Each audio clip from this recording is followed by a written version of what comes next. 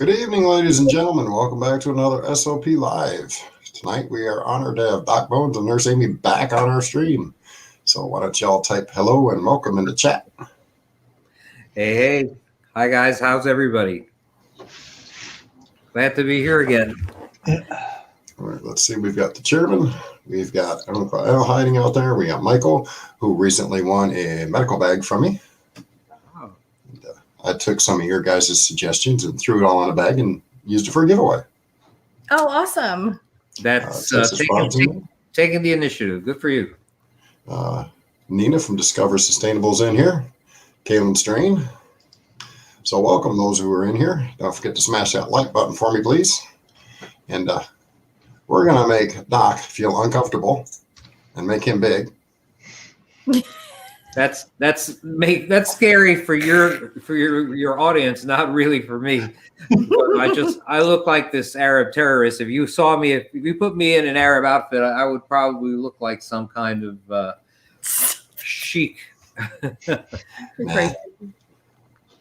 So this evening, folks, if you have questions, please put them in caps so myself or Gil can catch it and we can bring it to Doc's attention.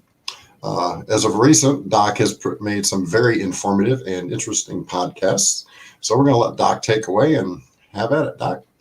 You've had some. Well, let's see. We were talking about some of the news, Dave and Gil, that has been disturbing me lately is what's happening with the availability of antibiotics for the preparedness community. You know that for many years I've even written books on the use of antibiotics in survival scenarios. And over the course of the last year or so, a number of the biggest distributors of fish antibiotics, for example, and other antibiotics that are without a prescription, but indeed are the same as actual human antibiotics, have been taken off the market due to, I think, political pressure from a lot of state boards, probably from some very activist type folk that just don't believe that we should have the right to be able to store these things. And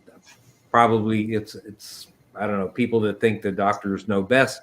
And indeed, everything that I talk about is really not for normal times. It's really for situations where the medical infrastructure is no longer there. I mean, if the COVID-19 pandemic had about 5% higher death rate, we probably would be there, and you probably would be, pretty much on your own with regards to, medical care.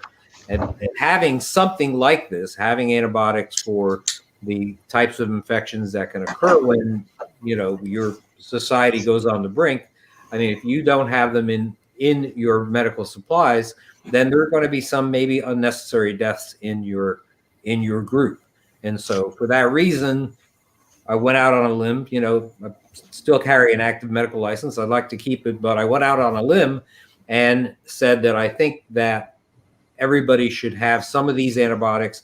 Because I raised fish, I knew that there were antibiotics available, and looking closely at them, I saw that they were pretty much the same as human antibiotics. They were one ingredient, just the antibiotic itself. They were only produced in human dosages. And when I took a look at them and compared them to human antibiotics made by at least one pharmaceutical company, they were physically identical. I mean, they were same color capsule, same identification numbers, things like that. So these were the actual human antibiotics. Now, using antibiotics in normal times when there is a normal functioning modern medical infrastructure is not a good idea. I mean, because we are in the midst of an epidemic of bacterial resistance. There's an overuse of antibiotics, not only by doctors, but also mostly by the livestock industry. The food producing livestock industry is responsible for the use of 80% of the antibiotics in this country. And it's not because there are sick, infected animals that are in the food producing livestock industry.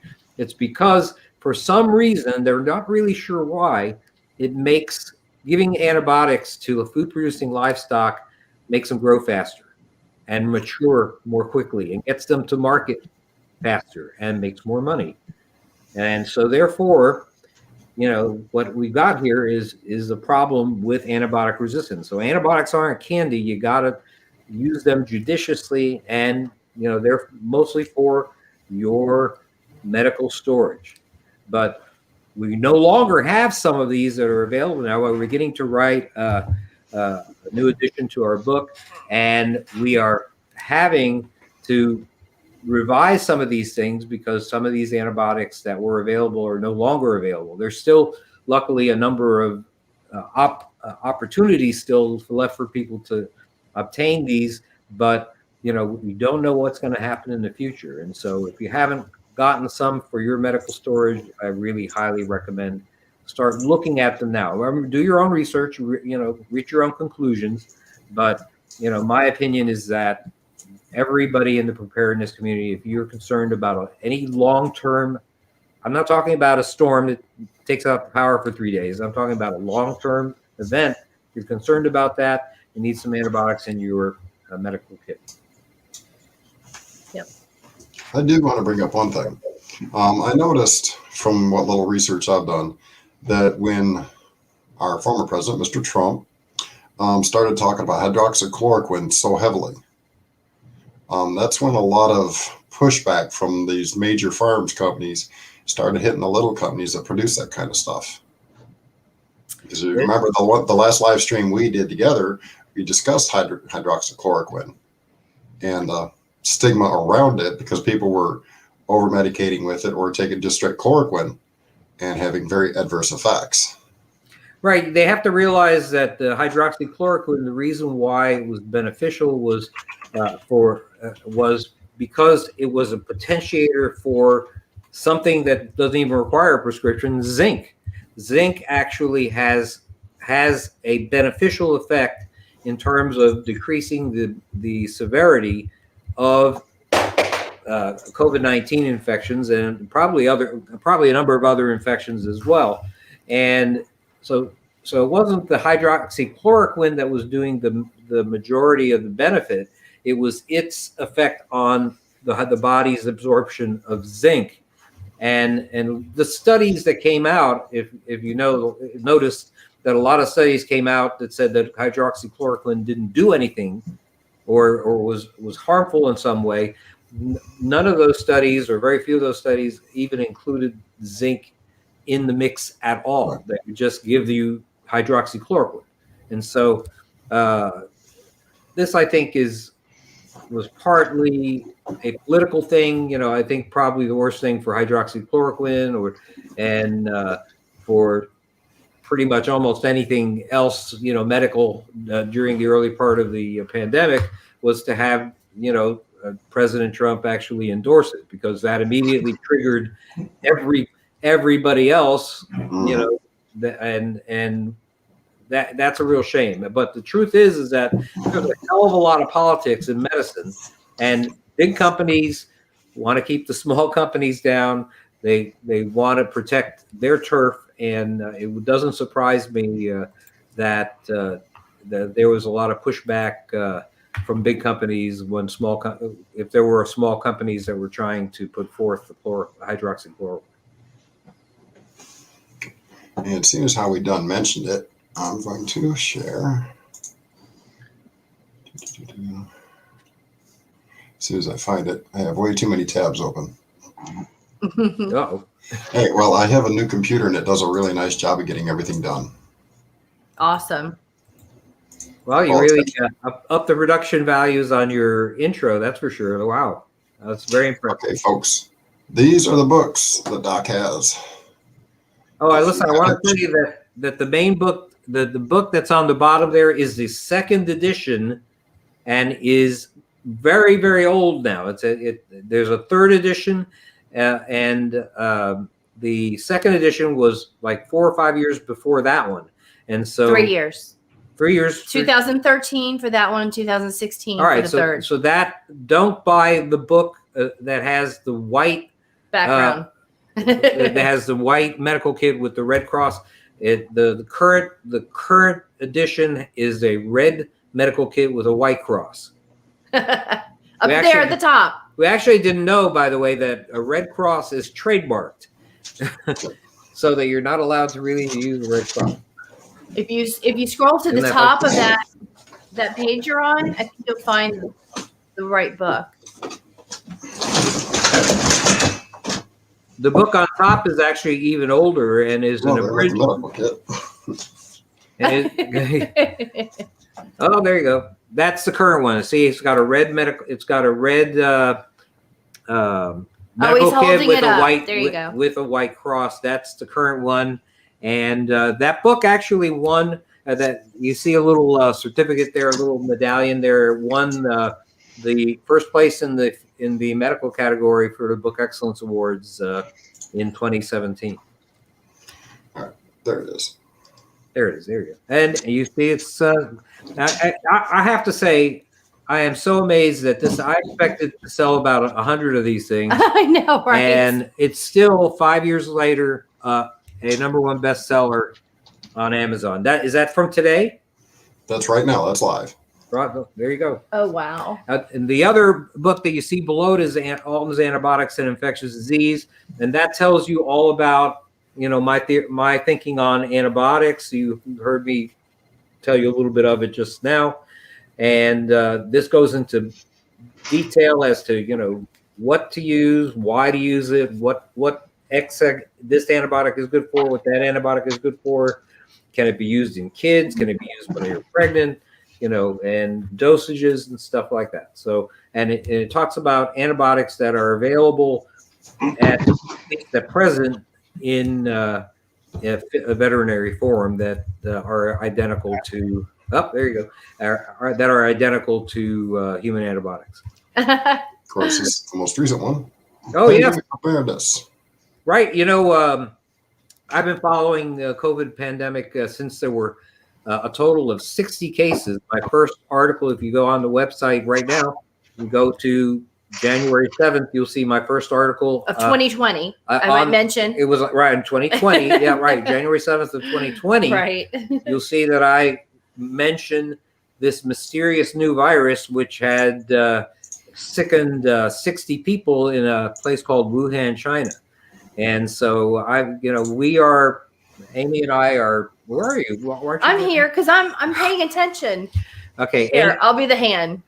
Amy and I are pretty much the sentinels in the vast wasteland for this kind of stuff. And so when I see something that sort of brings up red flags, I'm going to write about it. And so I wrote an article about pneumonia, and I mentioned this right at the very beginning, that this was something that we need to watch out for. Yeah. We were actually on vacation down in Key West.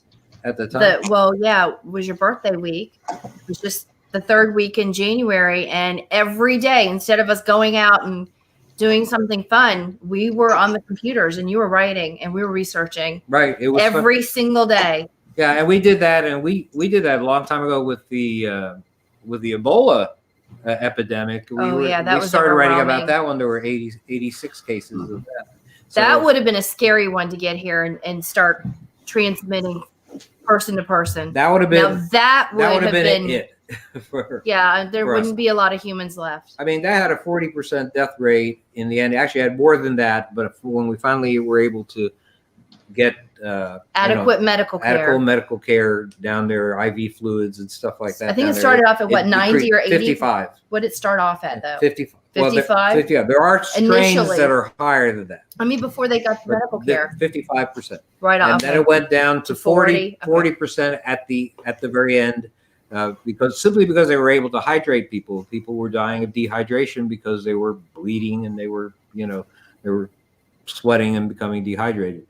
So so scary. So we're basically, we try to be the sentinels, in the vast wasteland and try to figure out if we could find things that you may want to know about. And this happened to be one of them. So we wrote that book actually came out, I think, in March of 2020.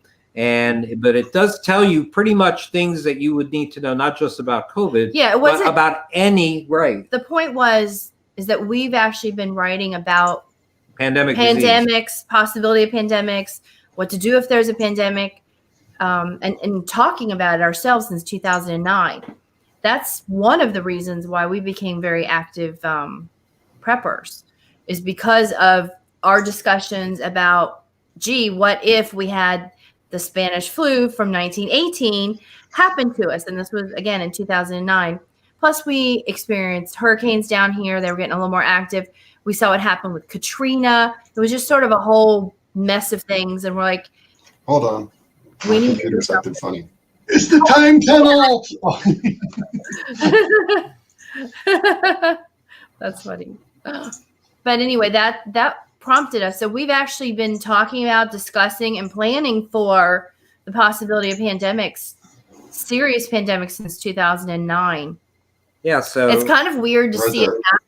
It's very strange to see it happen for us, because it was just such a, a what if it had this kind of death rate, and we would just go through these scenarios of, if it was this percentage death rate, if it was this type of contagion, right. if it wasn't airborne, how is it being Right. spread? Right. And we wrote articles on N95 masks back in 2009, 2010. Yep. We've written how to put together a survival sick room. Sick room, yeah, that was a big thing. For many years. Yep. And we talked about non-pharmaceutical interventions like social distancing way back then too. So, all of this stuff is just very strange to me. It to is very actually see strange it for us. come to fruition that something like this actually happened. We don't, It's the last thing we would want to happen. and we don't have a crystal ball. It was just like, what if something like this happens during our lifetime? But it was pretty obvious to us that something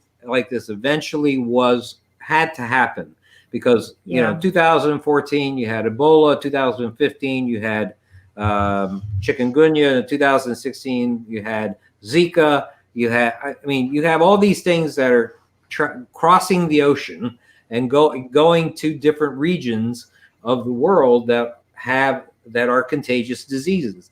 And so eventually one had to come around. Coronaviruses are not unusual. As a matter of fact, coronaviruses make up 25% of the causes of the common cold in the United States every year.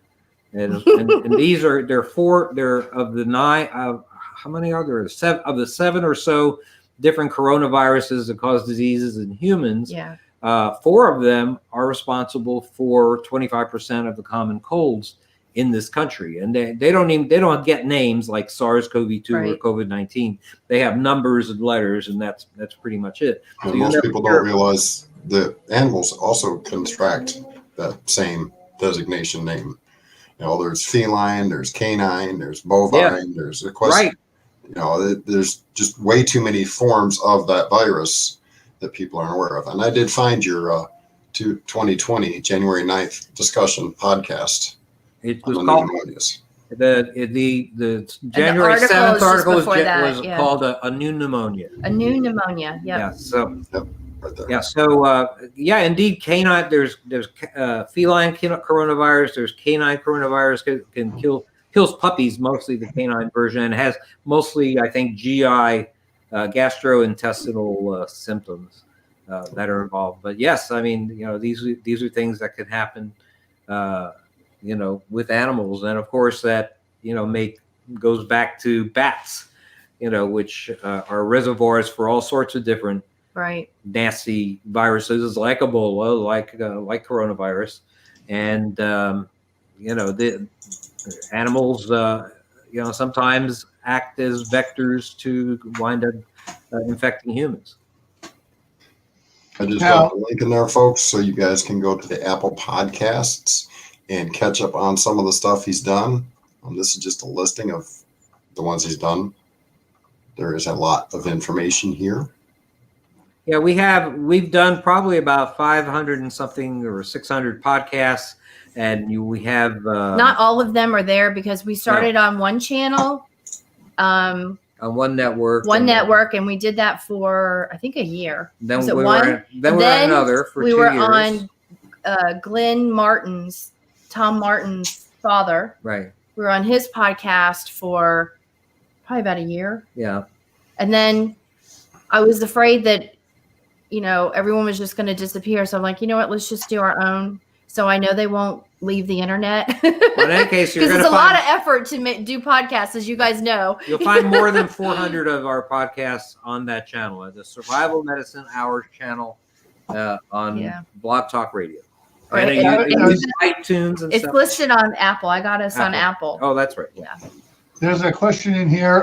Texas Rob is asking, what about rhinovirus?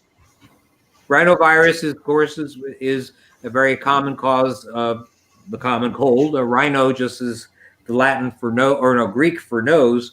And so, basically what you got is there are many, by the way, many rhinoviruses. There are probably a couple of hundred different individual rhinoviruses, and many of them are associated with the common cold.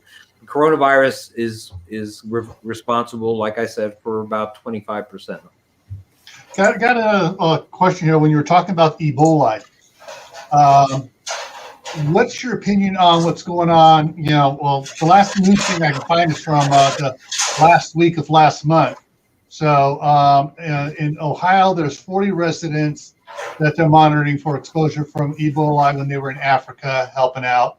And in Washington State, there's 23 people being monitored for Ebola because they were were they in Africa or were they, I think they were down in Dominican Republic.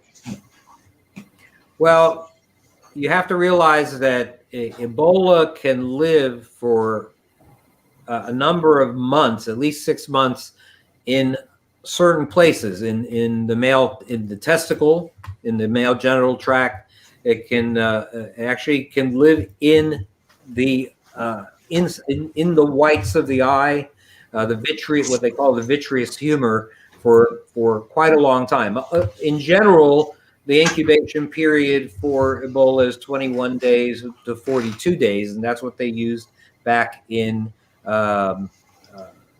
2014 as the quarantine. And there was a couple of people there was a nurse that came back who didn't want to quarantine, self-quarantine, and there was a whole hullabaloo with regards to that, and travel ban stuff.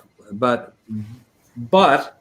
Ebola itself, you shouldn't have to be more than 42 days in terms of quarantine with regards to that. But yeah, I see that Amy put up the information on the 23 travelers, 45 being watched in Ohio, which is interesting. A few people in Oregon also. There's also 2 in Kentucky.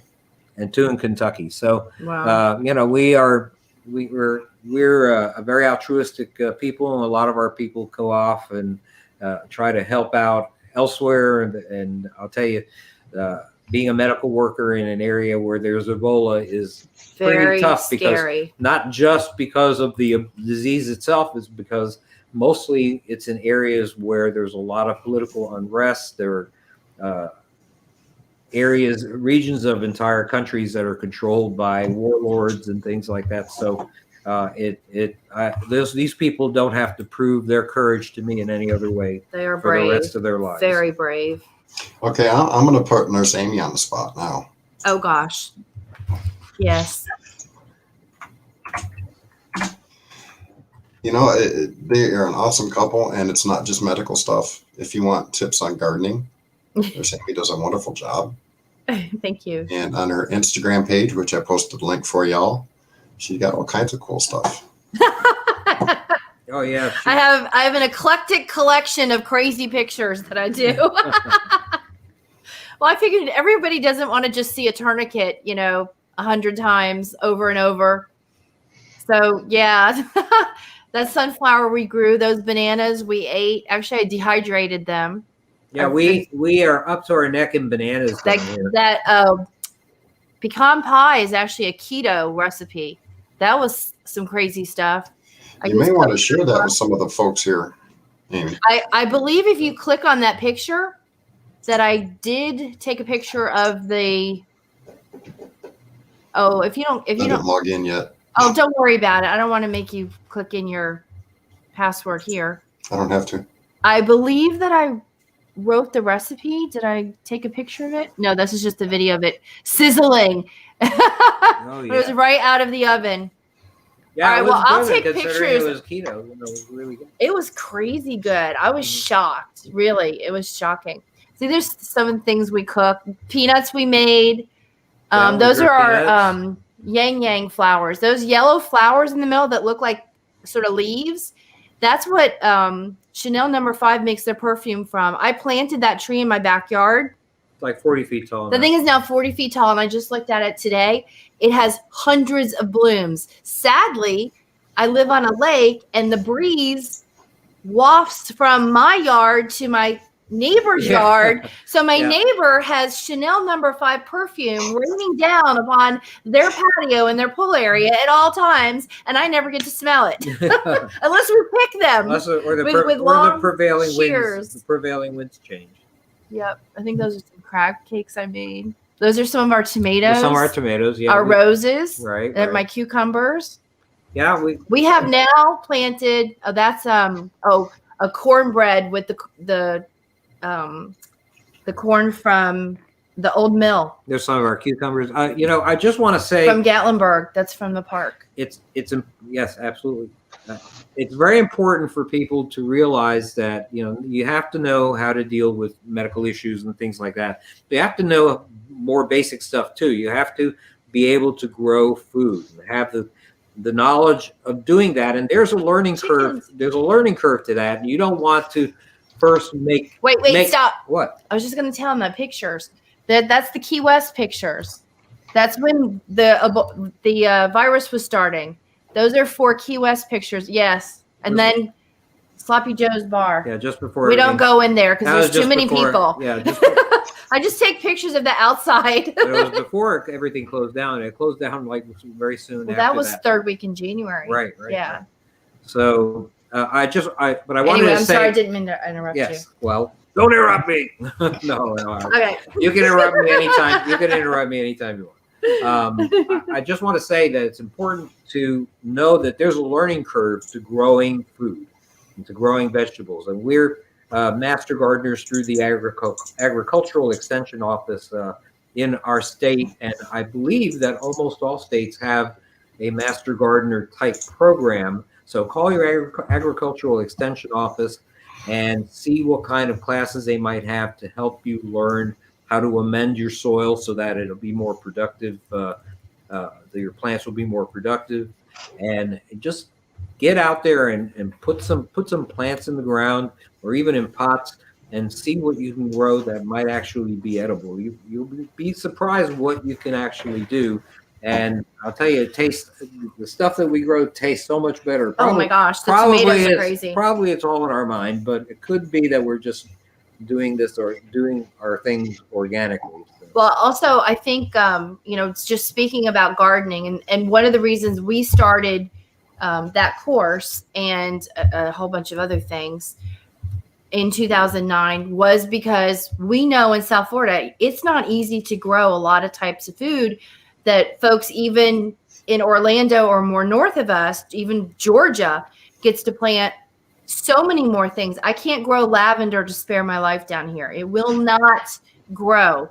Actually had a beautiful horseradish plant. Grew really big and nice, and I was going to harvest it, and the thing just started dying. And I think it didn't like the pot that it was in. It was a clay pot, and I think the clay pot held too much heat in for the roots, and I think it got a fungus. So I should try it in a plastic pot or one of my bigger grow beds. bag, yeah. But the point is, you need to learn what you can grow in your area. in your grow zone around you. What is growing naturally? A lot of these things that I grow, I have probably about 30 tea bushes, and I have probably about 12 Arabica coffee, and they're all doing really well, and I don't baby them.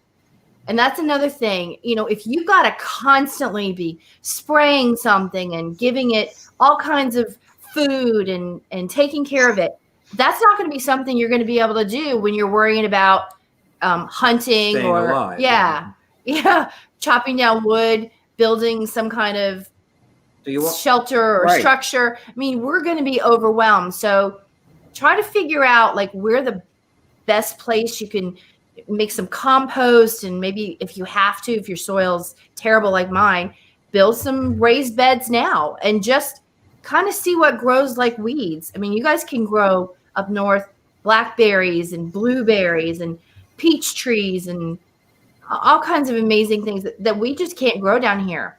we actually have an apple tree here, which I claim is the southernmost apple tree in the United States. I planted 2 more babies though. We'll see how they do too. Once every couple of years, it'll actually put out an apple or two, but Yeah. it doesn't want to be here. No. It wants to be up where you guys are. No, and my Well, there's blackberry- a lot of plants that, as Fish and Loaves just mentioned, there's a lot of plants, especially fruit-bearing plants like apples, that actually require a winter to Yes. regenerate. And Exactly. without That's that called- hibernation period, they don't germinate as often. Right. That's called chill hours. That's a term for that is called chill hours. So when you look for a fruit tree, it will tell you, depending on the variety and depending on where it was made, like there are some fruit trees that University of Florida, which is not too far away in the scope of the United States, but still Jacksonville is 2 or 3 Gainesville, because you went there. Gainesville is 2 or 3 at least grow zones away from me. And so they have lower chill hours for their fruit trees that they're growing. They're hybrids, but they still won't do down by me. But they might do well for people who are up there who don't get the number of chill hours that the typical plant needs, like a regular apple tree or a regular peach tree or pear tree. So they try to, kind of move these into lower chill hours because they just don't get them in that area. So find out from your nursery where you're going to buy it, how many chill hours, do your research, find out your grow zone, and just start planting these things all around. It'd be nice in 5 or 10 years when you could just walk out instead of going to a grocery store and just pick the grapes and pick the peaches and the apples or nuts. I wish we could grow some good nuts down here. I had an almond. Almonds. It started to do Almonds grow okay. The feet were too wet. Again, this is all, you got to figure out where to put it. Learning curve. I That's what put I'm saying. sugar cane in a soggy area on the side of my house. And I think even if I wanted to get rid of it and I burned this whole side yard, that sugar cane would still come back. It is happy, happy, happy. And I just put all my fig plants out there in pots because apparently figs generate more figs if you have lower amount of soil.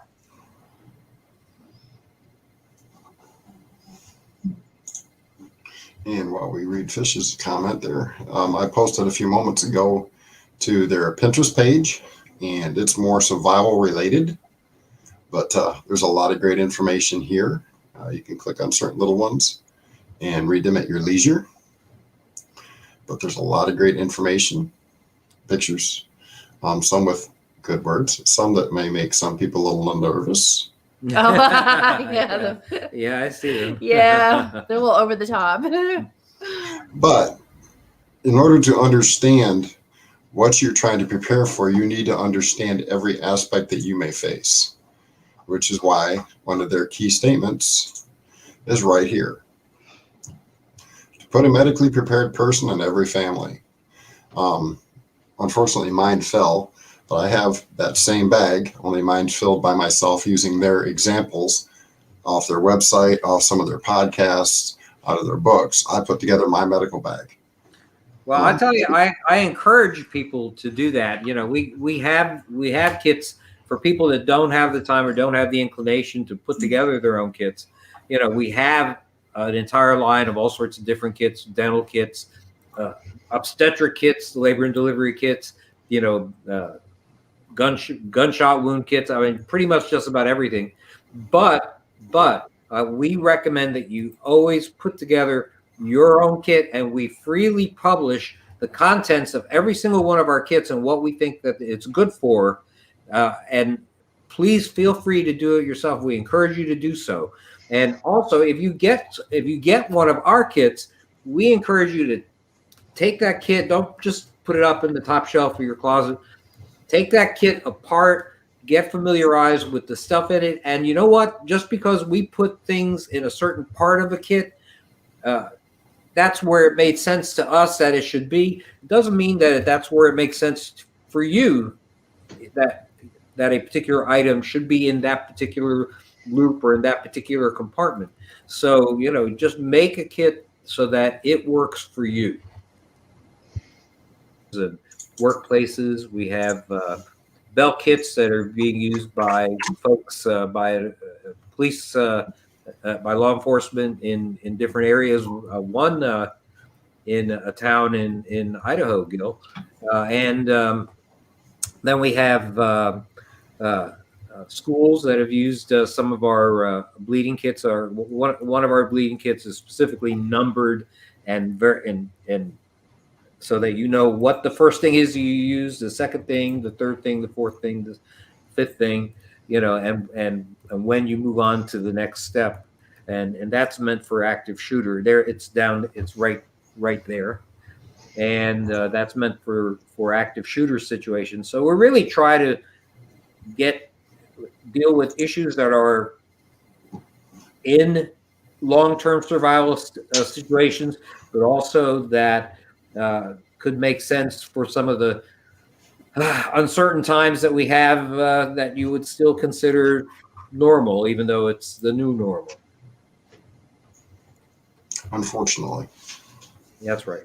But that's the whole point to being prepared, folks, for who may hem-haw, sit on the fence about stuff, especially your medical kit. Medical kit is one of the last things most average preppers forget. Should say the last thing they actually think about. They completely forget it until it gets to the point where they need it, and then they go around scrambling for help, trying to figure it out. It's best to get something started, even if it's, something along the lines of something like this, not necessarily the dental kit, but a decent small grab and go kit that you can put in a car. You don't have to go out and buy the huge one that's got everything you could possibly need for you and 5 other people. Start with something small, like the one I sent for over that Michael one. It wasn't a big kit, but it had all the essentials plus a few extras in it, and a good book. It had the CRT book in it, the CERT book. So, you have to start somewhere. Start small. I started with a little teeny bag, and now I have one this size. And well, that's the thing. Yeah, that's the thing. The bottom line is the road to medical preparedness is a long and a winding one. You have to pick up not just items, you have to pick up skills. You have to be prepared to these things, and so for that reason, you should practice. Wrapping ankles and just consider what you would do if somebody was bleeding. Take a Stop the Bleed class. We're certified Stop the Bleed instructors through the American College of Surgeons. And there's lots of opportunities to learn, and you can learn now with YouTube, like what we're on right now. There's lots of ways that you can learn audio visually without having to pay for a program. There are all sorts of different ways. I saw a how to do an appendectomy under local anesthesia video a while ago on YouTube. So there's just about anything and everything that you can see there, and there's a lot of information. Of course, if things really go south one day, then basically what you have in print may be all you have, and that's why we write books, because we want people to be ready for situations like that if they, God forbid, happen.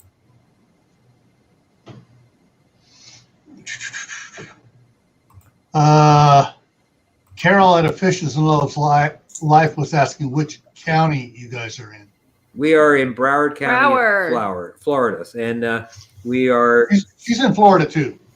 Yeah, he's in Palm. You don't know that, honey. I'm paying attention. Okay. we spend part of the year, I want to say, though, in Gatlinburg, Tennessee. So we, we'll be heading there in the next few weeks, and we'll spend part of the spring and early summer there, and then we'll come back here, and then we'll go back there in the fall. So we do love every part of this country, but the Smoky Mountains and in South Florida, for us have it's great because they're just so different. I mean, we're here and we have coconut palms, and we have banana trees, and we have sugar cane and all that stuff, and then up there's apples and blackberries and all sorts of great stuff. Yeah. So we just love. And every time we go, we throw seeds in our backyard. Yeah, we're always to see what'll grow. We have all sorts of little seedlings. But that's the whole thing, eventually something's going to take, we go out and find these seeds from trees that we love, or we buy things from the grocery store. Like the potatoes I just planted, I bought a little tiny bag of organic potatoes. I found the one that seemed to be the oldest with some eyes starting, and I just threw it on a shelf next to a window, waited till it had some eyes, and then sliced them off. Yep. Dipped them in some soils. I actually sprayed some orchid fertilizer on the bottom of them. I figured, what the heck? And then I plant my potatoes with tea. And what is the tea that I plant them with? It begins with a C. Chamomile? No. Oh yeah, chamomile. That is. It's high in potassium, and potatoes love potassium. So I buy big bags of organic chamomile tea, just loose tea leaves that are crunched up, and I throw handfuls in with the potatoes. So it gives them some nutrients as they grow. And by the way, if you're put some on the top of the soil. So when the go ahead. We do this all the time. When the rain comes or when I water, it goes through the chamomile tea, and it actually kind of gives the plants a little bit of a tea bath, some extra nutrients. All I wanted to say is that if up where you guys are now is probably a good time to begin thinking of planting seed potatoes. Well, you're in Idaho, Gil. I mean, when do they plant potatoes there? Well, right now they're from all the dairies, they're getting the cow manure spread on the fields right now, and starting. Once they get them out, they spread it all over, and they start disking it in and stuff. However, Mother Nature is teasing us up here. And 4 hours it's supposed to start snowing here again. What? Tonight, it's supposed to snow from midnight tonight through about 4 in the afternoon on Thursday. Where are you at in Idaho, Gil? That's crazy. I'm between Pocatello and Idaho Falls in the southeastern side of the state. The southeastern side of the state. Is that we pass through near Craters of the Moon? Is that anywhere near you? I'm not sure where Craters of the Moon is at. I thought it was in the southeast. It was on our way to Yellowstone. Okay, and you go, all right. On the other side of the railroad tracks is the Yellowstone Highway. Yes. There you go. 91 goes on up there. Yeah. Right. Okay, cool. You got it. Very cool. Yeah. And next time you go to Yellowstone, stop by. Yeah. Oh, wow. What a beautiful place. Yeah, we'd love to. That was amazing. We went there in August of 18. Yep. Yep. Well, you guys can't go to Yellowstone unless you come up I-75 first and swing through Cincinnati area. All right. Sounds good. We had We'll make some stops along the way. Yeah, one of our sons lived in Cincinnati for a while, so good That's a people. great job. Good people there. Good people there. Absolutely. So, what else can we talk about today? There was a question, one-word question way back there, and it was rabies. Rabies. Yes. Fun stuff. Yep. Actually, interestingly enough, I wrote an article about rabies probably Should I about start 6 foaming months ago. a little? Yeah. Just grab an Alka-Seltzer and throw it in real quick. And Oh yeah. and rabies, the interesting thing about it is, when you think about rabies, you think about foaming at the mouth. And the interesting thing about rabies is that for some reason, the rabies virus loves to live in saliva. And so that foaming of the mouth, that saliva that's being produced has a massive load of virus, and that's why anybody who gets anywhere near that saliva winds up getting a series of injections. I think they have a vaccine that that's out, but you know, I mean, 10 shots to the stomach. right? Exactly. It is Yes. a terrible Ugh. thing to have to go through. Now they do say that if you know the animal that bit you and you're not sure, and it doesn't look like it's sick, if you quarantine the animal for 10 days and the animal doesn't get sick, then you can possibly avoid having issues. And the incubation period for rabies, believe it or not, could be as much as 3 months. So you could have gotten bitten by something 2 months ago and not yet have felt the first symptom. Wow. But once you get symptoms, once a human gets symptoms of rabies, the death rate is almost 100%. Ugh. So rabies. Yeah. Fun stuff. Who was Now it that asked about rabies? I don't know. Well, yeah, I hope that. It was Uncle Al that asked. I don't know about what it. the I think I question was was. talking about gardening stuff when that happened.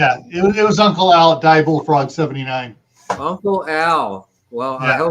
I hope you didn't wind up having to get those shots, because boy, that is Oh, a heck of a thing to have to go through. There is a question. You can read it on the screen. Can brain damage be left over in an animal after it has had rabies?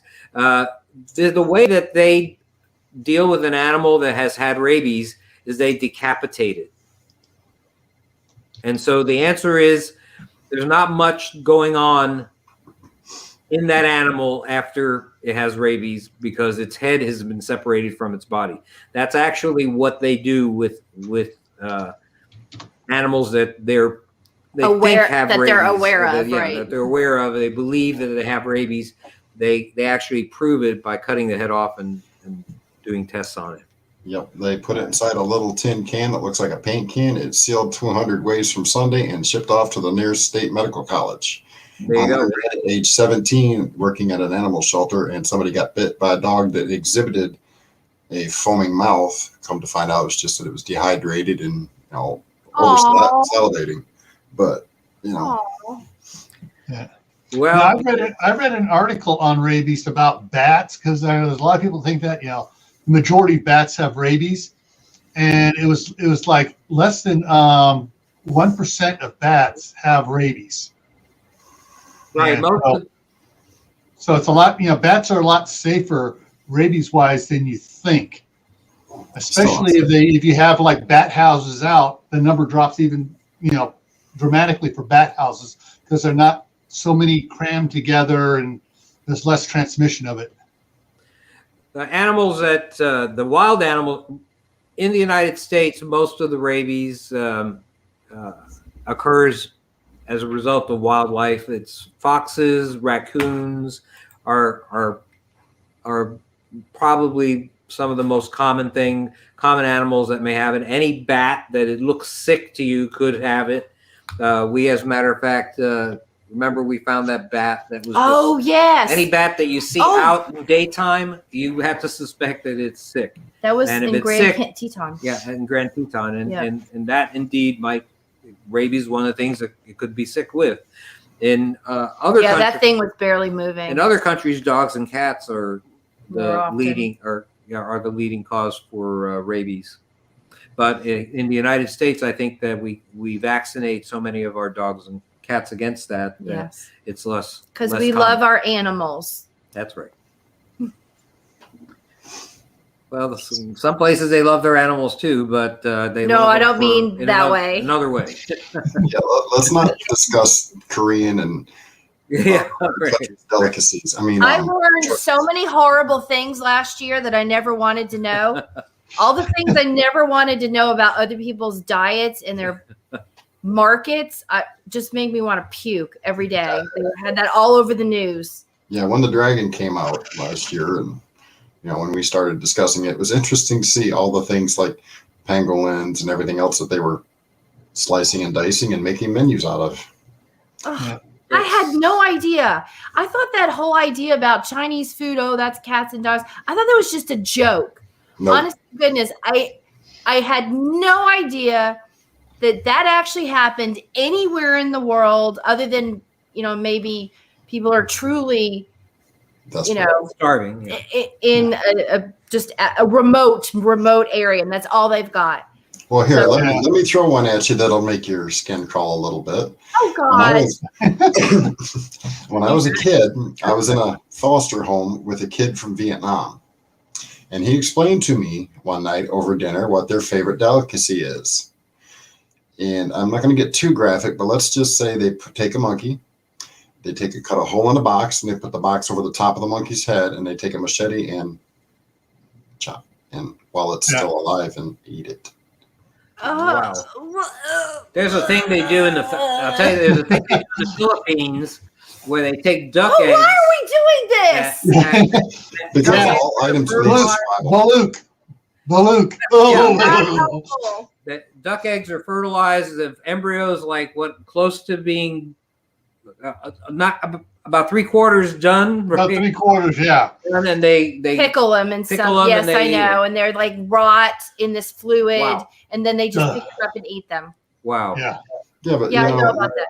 but the funny thing is if you look at all these other cultures, and it kind of leads to something that's we all need to consider too, is if you look at all these other cultures with the oddball foods that they eat, when it comes down to survival, if they've got to walk through, if you're with them and you're both walking through the woods, they're going to see something, they're going to pick it up and eat it while you're going, oh my gosh, really? Who do you think's going to survive longer? Well, but honestly, You're right. I think we're all going to not do that when we're starving. I think our hunger is going to make us do things that we never thought. I mean, I'd probably be out there catching my squirrels and the ducks that we were feeding today that had 12 babies. Well, there's 11 now that are like, Did you have lunch? there were 13, and then a week later there were 12, and now this week they're 11. But there have been 11 for 4 or 5 days. It's the osprey. So we feed them, and then there's 4 that are motherless because we were gone for a couple of days, and we came back. We found a wing and some feathers and no other parts to the mother, and then the 4 babies were nearby, but we're feeding them too, and they're doing fine. So they're like our pets, like our pet ducks. but If it comes to us being hungry, those pet ducks are going to be food, and that's just the way it is. That's a harsh reality I can face now. But when you have choices of other foods than what we consider pets, I can't deal with that. My partner, before he retired before I did, but every year he'd go back to Hong Kong for 2 weeks, and when he get back, he goes, "Oh, we had good dinner again." What do you mean? Yeah, it was Slow Dog. Oh no! That's in China. And he goes, in China, that's what we call dinner, Slow Dog. Oh wow. my gosh! And good evening to those who've joined in the last 15 minutes. Sorry we didn't catch you sooner. I know, right? Sorry, and I hope no one has nightmares. I got to get out and go set up my live stream, so I'm gonna bow out of here. All right. Enjoy. So we're going to go ahead and wrap this one up here in a few minutes. I've dropped several links in the chat this evening for our Doc We Bones appreciate it. pages. We appreciate being on. They're on YouTube and Facebook and Pinterest. They're everywhere. And didn't you guys start up another one on one of the other new social media? MeWe. Yeah, you can find us on MeWe. You can find us. Can I just say something about that though? Because everyone has trouble finding groups on MeWe. When you do a search on MeWe, for those who are new to it or don't know this, whatever you search for, someone's name or a group name, the first results that come up are just people. You actually have to go to a menu on the left side and select underneath people. You have to select groups for group results to come up. So if you write survival medicine, it's going to not show you, maybe it'll show his name possibly, but it will not show you the group link. You have to actually go and specifically ask for group results. So once you do that, then survival medicine will be the first one that comes up, and you can click on it and you can join and be with us there. So yes, we're on MeWe. That's right. So MeWe, you can also find us.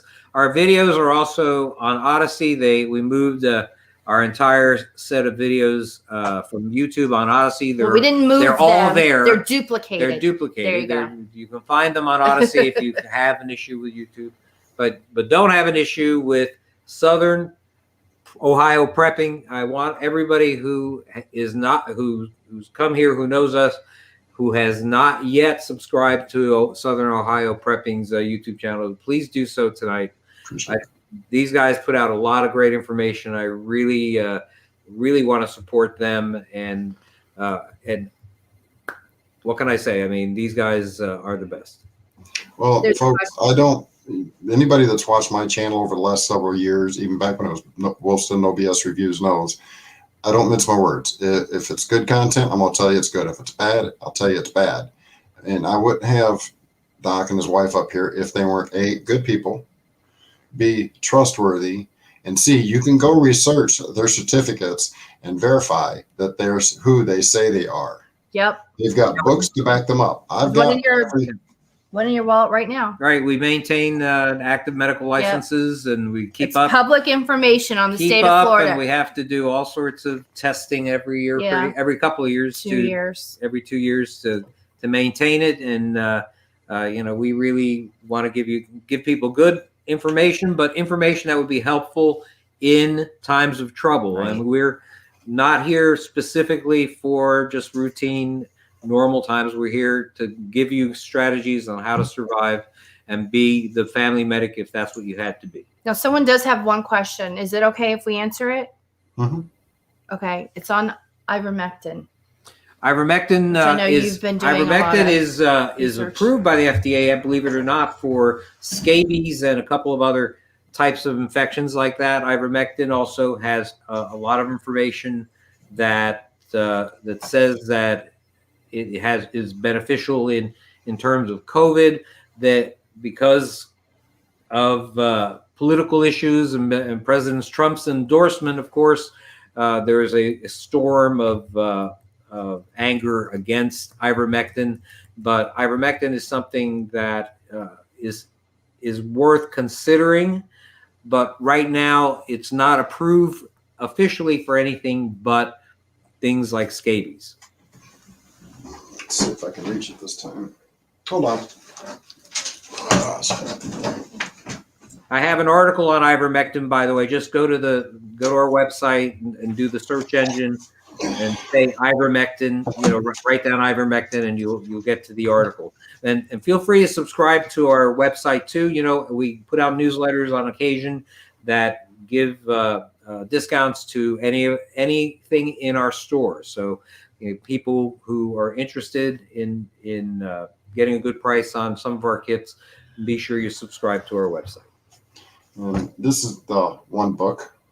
HPC, this will be a book if you haven't got it, you may want to pick up as well. I've got all their books, and I look forward to the new book that they're working on. So, I'm not gonna. Blood, sweat, and tears. That book is killing us night and day, man. Blood, sweat, and tears. When you need a proofreader, let me know. All right. Oh, you can be a proofreader? You sure? That was a big mistake. Young lady, I used to speed read a 1,000-page book in less than a day. Wow. Well, not we should start sending him the chapters as we're going through. All right, maybe we'll. Because I'm being his proofreader too. I mean, this is not easy. You know, it doesn't hurt to have a second set of eyes too. It does not hurt at all, and I am darn happy that you just said that. We'll owe you some free medical stuff for that one, for sure. Worried about that. Thank you. Any other questions from the side chat? If that's it, if you would like to go back through the chat, once it goes live on YouTube, you should be able to see it. I do not disable my live chats, so you can go back through and get information. If you do have any other questions, hit them up on their Facebook page, which there's a link in the chat here. If I remember sometime tomorrow, I will try and put links in the actual description. I was going to do that today and got tied up. So there's no other questions. I would say until Friday. This Friday, we're going to do weekly news. at 9. So if you're interested, stop back by and we'll cover the news. So y'all be safe. God bless. See you over in Gills. Thank you. Bye.